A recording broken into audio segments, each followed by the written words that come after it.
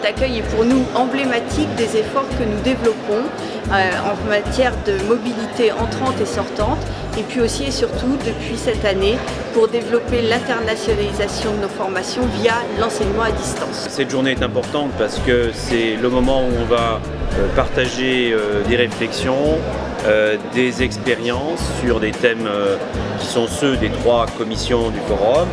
Elle débouche vraiment sur des actions tout à fait concrètes. Cette année, pour la première fois, nous nous sommes intéressés à la mobilité internationale sortante de nos étudiants, qui est un objectif qui est inscrit dans la STRANES, Stratégie nationale de l'enseignement supérieur, qui est de doubler les flux sortants, mais où finalement les leviers et les freins n'ont pas été identifiés.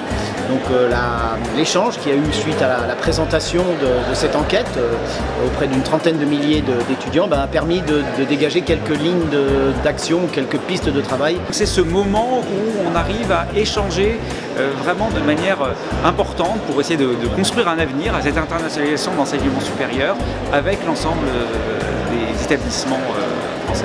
Et j'ai eu le plaisir aujourd'hui de participer à la commission recherche et formation et je trouve cet événement clé dans l'avancement vraiment de problématiques essentielles pour la mobilité des chercheurs en France et la présence aussi des représentants du ministère à côté des représentants des Campus France est essentielle pour vraiment pouvoir aboutir à une mobilité facilitée en France, chose qui est stratégique et urgente à faire en France en ce moment parce que la France est en train de perdre du terrain vis-à-vis des compétiteurs internationaux qui émergent notamment en Asie et en Amérique du Sud. Moi je me réjouis de la richesse des discussions que j'ai pu entendre ce matin et je suis sûr que tout le travail qui a été fourni dans cette commission et plus généralement dans les différentes commissions du forum va nous permettre de faire remonter des propositions concrètes au niveau du ministère pour contribuer en fait, et essayer d'améliorer la situation, notamment des chercheurs étrangers. Ce n'est pas uniquement un forum qui a constitué à relever des difficultés, c'est aussi une force de proposition. Je pense que la diversité des institutions est une nouveauté du forum 2016 et qui permet justement de balayer, j'allais dire, tout le spectre de l'enseignement supérieur et de la recherche en France et d'être donc du coup une force, j'allais dire, de frappe et d'efficacité plus importante. Et ça permet de voir ce qui est spécifique aux différents types d'établissements, universités, écoles d'ingénieurs, management, etc. Et donc on s'enrichit mutuellement.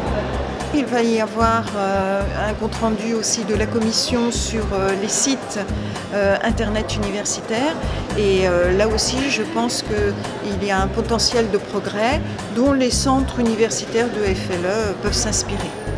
Nous avons, quelle que soit l'origine, quel que soit le pays du monde, des jeunes qui sont devenus des numériques natifs.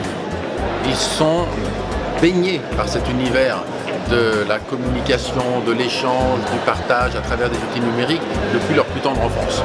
Comment vont-ils aller rechercher des informations? Comment vont-ils se projeter dans l'avenir en dehors du numérique? Ce n'est pas envisageable.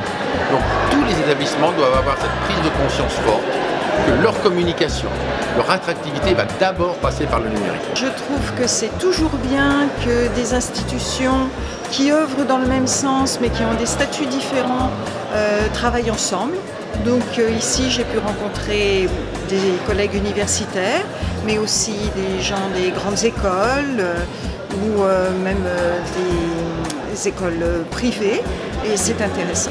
Je crois très sincèrement que c'est un endroit où on peut véritablement partager en tant qu'établissement, partager avec les autres collègues et mener une réflexion beaucoup plus approfondie sur les différents sujets qui sont à l'ordre du jour.